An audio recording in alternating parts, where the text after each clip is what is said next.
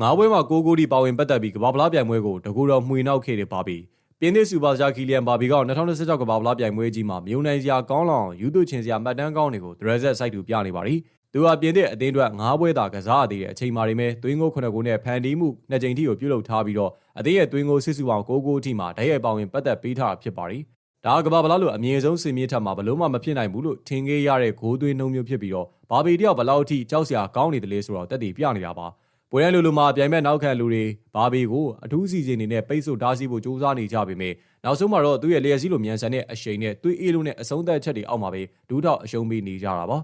အရေးကြီးတဲ့အချိန်ထဲမှာပြင်းသစ်အသင်းအတွက်ကေတင်ရှင်ဖြစ်အမြဲတမ်းပေါ်ထွက်လာတတ်တာကလည်းဘာဘီတဦးတည်းသာဖြစ်ပါတယ်အခုလိုပြိုင်မဲ့ကင်းခြေကျွမ်းနေကြောင်းပဲပြင်းသစ်အသင်းကအရှိဆက်ချီတက်ဖို့အတွက်အားမှန်ပြည့်ဖြစ်နေရတာပါလက်ရှိကမ္ဘာဖလားပြိုင်ပွဲရဲ့ရွှေဖက်စုကိုပါထပ်မံသိမ်းပိုက်ဖို့အတွက်လမ်းကြောင်းပေါ်ကိုရောက်နေတဲ့ဘာဘီရဲ့အရှိန်အဝါကတော့တားဆီးဖို့တကယ်မလွယ်ကူတော့ပါဘူးဒါမဲ့ကွာတာဖိုင်နယ်ပွဲစဉ်တွေမှာလည်းဒီထက်မကတဲ့သွင်းဂိုးနဲ့အတူသမိုင်းဝင်ဆိုင်ရင်တစ်တွေကိုဘယ်လောက်ထိထပ်မံရယူပြအောင်မလဲဆိုတာတကမ္ဘာလုံးကဘောလုံးပရိသတ်တွေရင်ခုန်စွာနဲ့စောင့်ကြည့်ရတော့မှာဖြစ်ပါသည်ကက်စမီရိုရဲ့နေရာကိုအစားထိုးဖို့ရီယယ်မက်ဒရစ်ကွင်းလယ်လူချူအာမန်နီကိုမျက်စိကျလာတဲ့ယူနိုက်တက်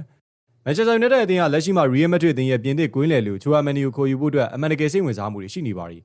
အသက်ကြီးလာဖြစ်တဲ့ကက်စမီရိုရဲ့နေရာမှာရေရှည်အတွက်အားကိုးရမယ့်ပြင်အသင်းရဲ့ကွေးလေပိုင်းကိုအကောင်းဆုံးပြန်လည်မုံမှန်ပေးနိုင်မယ်အစားထိုးမှုတစ်ခုဖြစ်ယူနိုက်တက်ဘုတ်ဘွဲကအခိုင်အမာယုံကြည်နေရပါဒါမဲ့လည်းစပိန်ထိပ်သီးအသင်းစီကနေပြီးတော့အဓိကကစားသမားတို့ကိုအရခေါ်ယူဖို့ဆိုတာကဘလို့မှမလွယ်ကူနိုင်ကြောင်းကိုလည်းယူနိုက်တက်ကကောင်းကောင်းကြီးသဘောပေါက်ထားပါတယ်ဂျိုအာမန်နီကိုအရခေါ်ယူခြင်းနဲ့ဆိုလို့ရှိရင်ကမ္ဘာအဆင့်ကွေးလေလူတူဖြစ်တာကြောင့်မလို့အင်မတန်ကြီးမားလာတဲ့ပြောင်းရွှေ့ခြင်းပမာဏတစ်ခုကိုပေးချရမှာသိကြပါသည်